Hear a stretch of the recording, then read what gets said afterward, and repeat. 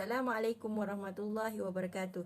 Nama saya Nur Nazifah Zahra binti Zilkaram, nombor matrik P128079.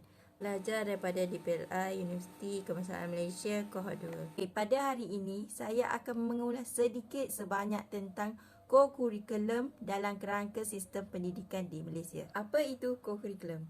Co-curriculum adalah satu kegiatan di sekolah yang berkait rapat dengan kurikulum. Co-curriculum juga adalah satu kegiatan yang dirancang selain daripada proses pembelajaran di dalam bilik darjah, iaitu kita panggil kurikulum. Tujuan co-curriculum diadakan di setiap sekolah adalah untuk membantu pelajar-pelajar menambah, mengukur dan meningkatkan kemahiran dan nilai-nilai yang dipelajari di dalam bilik darjah. Okey, kita pergi kepada konsep co-curriculum. Co-curriculum ini juga diadakan bertujuan untuk menghasilkan pengalaman pembelajaran dan turut melengkapkan aktiviti akademik tersebut. Co-curriculum boleh dikaitkan dengan ekstrakurikular.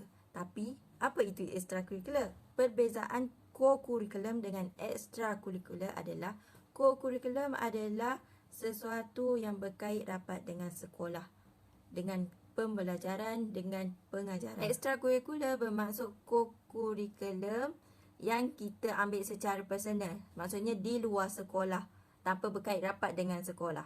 Okey, kalau kita tahu, co-curriculum adalah benda yang berkait rapat dengan kurikulum di sekolah.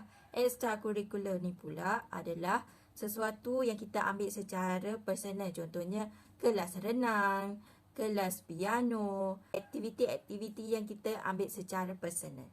Okey, kita pergi kepada kurikulum. Kurikulum ni dia ada dua, kurikulum nyata dan kurikulum tersirat. Kurikulum yang nyata ni kurikulum yang formal, yang berbentuk secara rasmi. Manakala kurikulum secara tidak formal ni adalah kurikulum tersirat. Okey, kurikulum tersirat ni dia tak formal dan ianya digunakan untuk memupuk nilai, sikap, aktiviti kumpulan, aktiviti unit beruniform dan sebagainya.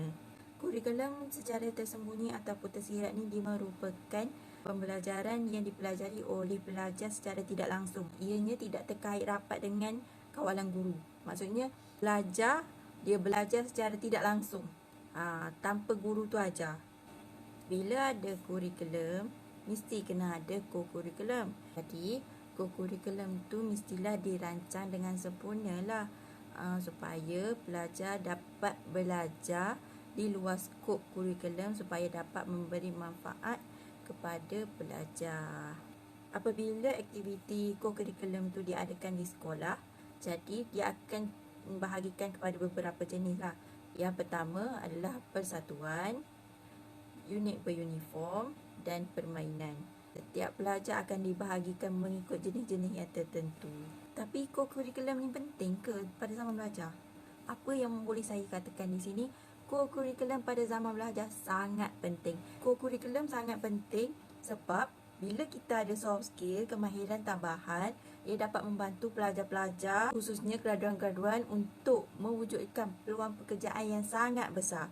Okey, kebanyakan syarikat sekarang, dia melihat kepada soft skill, kepelbagaian. Apabila kita belajar co-curriculum, kita akan sedikit sebanyak belajar tentang kemahiran insaniah, iaitu soft skill. Kenapa pentingnya belajar soft skill adalah untuk mewujudkan peluang pekerjaan yang tinggi kepada graduan-graduan. Antara jenis-jenis kemahiran insaniah ataupun soft skill yang perlu ada seperti communication, kemahiran bercakap, kemahiran menyelesaikan masalah, your personality, your attitude. So, benda-benda macam ni sangat dipandang. Semua ini adalah penting untuk menarik minat majikan dekat luar sana. Bila kita pergi belajar, kita kena ada kemahiran tambahan supaya ada keistimewaan kepada seseorang tu. Kalau kita tengok sekarang, syarikat banyak dia mengambil pekerja-pekerja yang mahir dalam pelbagai bidang, bukan tertumpu kepada satu bidang sahaja.